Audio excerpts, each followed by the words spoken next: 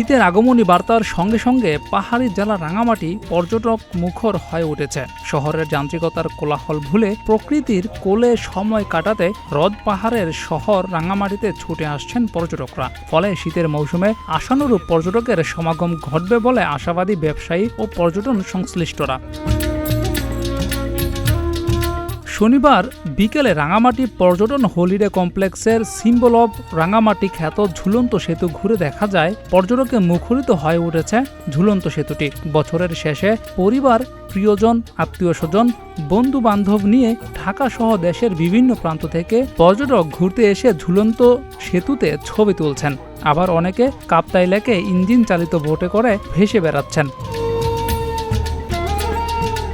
অন্যদিকে ঝুলন্ত সেতু ছাড়াও সুবুলং ঝর্ণা, ডিসি বাংলো, পলওয়েল পার্ক, রাজবাড়ি, কাপ্তাই লেক, আসাম বস্তি, কাপ্তাই সড়ক সহ ব্যক্তি উদ্যোগে গড়ে ওঠা নীলাঞ্জনা রিসোর্ট, বেড়ান্ন লেক, ইজুর সহ দৃষ্টিনন্দন মনোমুগ্ধকর জায়গাগুলো পর্যটকদের পদচারণায় মুখরিত হয়ে উঠেছে। আলহামদুলিল্লাহ অনেক ভালো লেগেছে।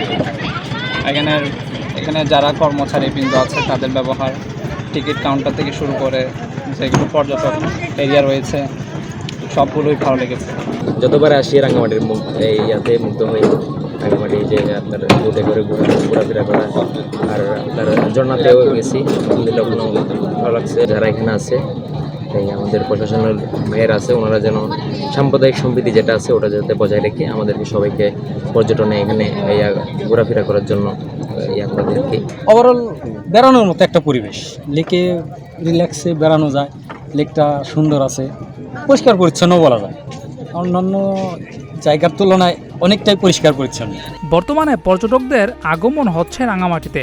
সবকিছু ঠিক থাকলে সামনে আরও বেশি পর্যটক আসবে বলে বিশ্বাস পর্যটন হলিডে কমপ্লেক্সের ব্যবস্থাপক অলোক বিকাশ চাকমার। এখন পর্যটন বড় মৌসুম চলছে। কিছুদিন আমাদের ওই যে নিষেধাজ্ঞার কারণে আমাদের পর্যটক কমে গিয়েছিল। বর্তমানে বড় মৌসুমে পর্যটক আগমন শুরু হয়েছে। আশা রাখি সামনে আর পর্যটন মৌসুম এপ্রিল পর্যন্ত চলবে।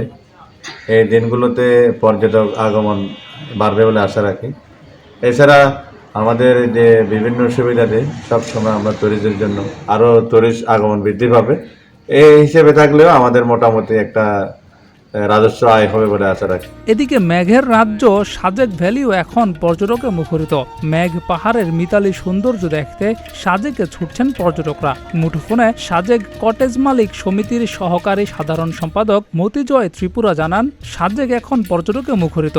আগের চাইতে পরিবেশ পরিস্থিতি এখন সব ঠিক থাকায় পর্যটকের আগমন বেড়েছে। সাজেকের বেশিরভাগ কটেজ রিসোর্ট এখন প্রায় 70 থেকে 80% বুকিং রয়েছে। অন্যান্য দিনের চাইতে বিশেষ করে বৃহস্পতিবার, শুক্রবার ও শনিবার সাজেকে পর্যটকের চাপ বেশি থাকে। সামনের দিনগুলো পরিস্থিতি স্বাভাবিক থাকলে আরও ব্যাপক সংখ্যক পর্যটকের আগমন ঘটবে।